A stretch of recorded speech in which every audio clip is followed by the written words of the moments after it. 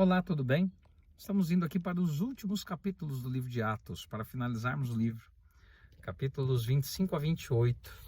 O livro de Atos aqui tem exatamente o relato da viagem de Paulo após sua prisão rumo a Roma, para apresentar sua defesa e para pregar ali também, né? Capítulo 25, ele aparece perante Festo, apela para César, ele expõe o evangelho a Agripa, e o próprio Festo mostra uma certa admiração, assim como Agripa, pela pregação de Paulo, mas Paulo não consegue convertê-los, mas a marca fica, ou seja, a semente foi lançada no coração daqueles homens. Nós vemos também aqui no capítulo 27, Paulo indo rumo à Itália na sua viagem, uma viagem cheia de perigos dos quais Paulo alertou os chefes da viagem, mas eles insistiram, o barco entrou em deriva, naufrágio, mas nenhuma alma se perdeu, nenhuma pessoa morreu. Todos foram salvos e chegaram até a ilha de Malta, onde, chegando ali na ilha, no último capítulo do livro de Atos, Paulo, ao estar naquele lugar ali, ele prega também para Públio, e a viagem continua até ele chegar em Roma.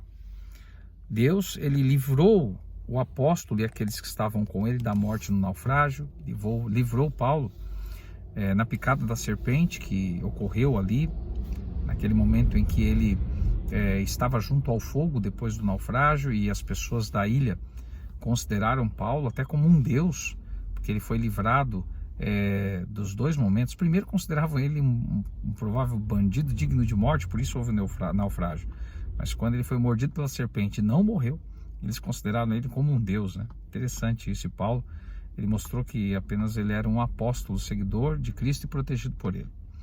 Depois, o que nós vemos aqui é exatamente que Paulo, ele permaneceu fiel, pregando por 2 anos na cidade de Roma. E a carta, ela termina com esse final inusitado, um fim que não é fim, porque a carta termina com esse tom triunfalista, Paulo em Roma pregando, mas preso. A carta não demonstra o final dele, o que mostra que o livro de Atos, ele foi escrito numa época em que Jerusalém ainda não havia sido destruída e que Paulo estava vivo. Ele terminou de ser escrito com Paulo ainda vivo. Paulo não havia morrido, então ele foi escrito antes do ano 66. Mas tudo isso aí também mostra que ainda há uma missão a se cumprir. E eu e você somos chamados para cumprir essa missão hoje. Paulo iniciou, assim como Jesus, os apóstolos, e nós devemos dar continuidade.